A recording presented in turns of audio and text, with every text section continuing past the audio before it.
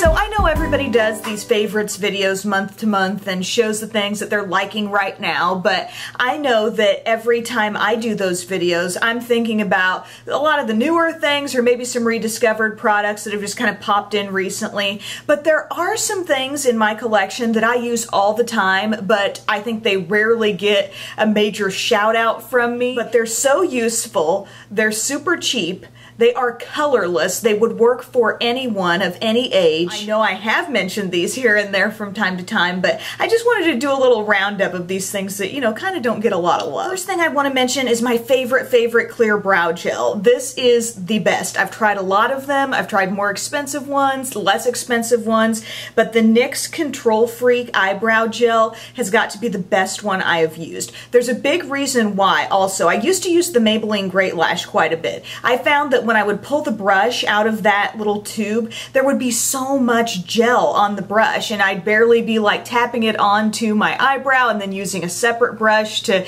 kind of rake it through. This brush comes out of the tube so cleaned off. It's got just the right amount of gel and the gel holds so strongly on your brows. So I'm actually able to utilize that brush without getting gel overload on my brows and use it to help me get that final finished shape that I'm after. And then I don't have to touch them again for the entire day, so I've been loving this stuff. I think if you're into, you know, the brow pomades or powders or pencils, whatever you like to fill in your brows with, this can be a great finishing step. Also a colorless makeup must-have for the eyes that I always have a backup of. I think I might get anxiety if I ran out. It's my Revlon Precision Lash Adhesive. I love the wand applicator. It gets just the right amount of product on the lash band. And I've bounced around between this and the dark tone, but I really think there are some advantages to the clear one, particularly if you're new to putting on false lashes, and sometimes, you know, when you get it on the lash band, you start to place it on your eyes, and then maybe you get little dots of glue on your lid, or you just don't get it placed quite right at first. This is a lot easier to kind of clean up those messes with. You know, you go in with a Q-tip and you remove it. With the black, sometimes that can leave its mark a little bit more and be more difficult to remove if you had a problem. Or maybe you're like me, you're pretty comfortable with lashes, you've been doing them a lot, but then you get comfortable, you get cocky, and before you know it, you got lash glue in your eyebrows, and this is a lot easier to clean up. It gets to that tacky place that you kind of need your glue to be at before you place it on your lash line really quickly, so I think it's just super user-friendly, and I love this stuff. For the lips, something I've been loving, and I've been so good about using this religiously lately, like a couple times a week, I will spend probably between, I think it's between 30 seconds and a minute just running this thing over my lips. It's the e.l.f. Studio Lip Exfoliator. I have worn mine down so much. It's kind of like sugar particles suspended in a really moisturizing lip balm. And so I just rub that over my lips, really take my time doing it. By the time you've finished, you know, your 30 seconds to a minute of that, you might have some residue from this on your lips. It does taste kind of sweet, but you can rub that off if you want to. It does leave quite a bit of moisture on my lips as well. And if you want to add even more, you could put on a separate lip balm. And I swear, my lips feel fuller after I use this. It's like they are allowed to bloom or something. You're removing that dead skin and just revealing such a nice fresh surface for your lip products to go on top of. It's made my lips just feel, and I think look, so much fresher and healthier. Another thing that I am throwing on every time after I finish my makeup, but I really haven't been talking about it much, it's the NYX Dewy Finish Setting Spray. I have quite a few different setting sprays sitting over here actually. This is the one that I think is the lowest cost and the best effect. I do like a couple of spritzes. I like to do them kind of up in the air, not directly in my face, and then it kind of just falls down onto my face and it takes away the powdery finish. So in that respect, if you've got dry skin, this is a great thing to reapply later in the day if you feel like things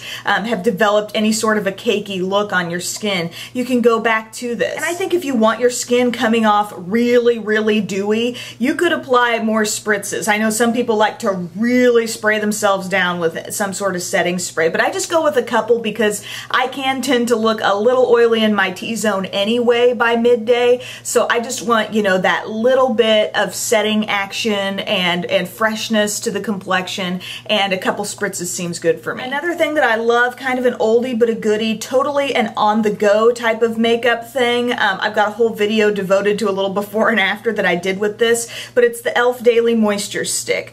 The only way I don't like to use this is on the lips. Anywhere else is pretty much fair game. Cuticles, dry patches of skin on your body, dry patches of skin on your face, but a really super useful way is if you find that you start to look dry and you start to see lines on your under eye area, like from your concealers or foundations that are up in there. I just give my finger one swirl on the surface of this product, that's all it takes, and then dab it right on your under eye area. And it doesn't mess with your makeup, assuming you're not rubbing back and forth, you just want to blot, and it seems to totally revive the under eye, makes it look less dry, takes away the look of the line. For the sake of this demo, I just did it right after I finished my makeup, so I didn't necessarily need it. But I do have another video on this where it was like an end of the day before after type of thing when I started to use it, and I think the difference is pretty outstanding. And one last thing, I know those are my 5 like drugstore picks, but if I could mention one more thing for the sake of the people who get kind of oily as the day goes on, I love my Mally Poreless Face Defender.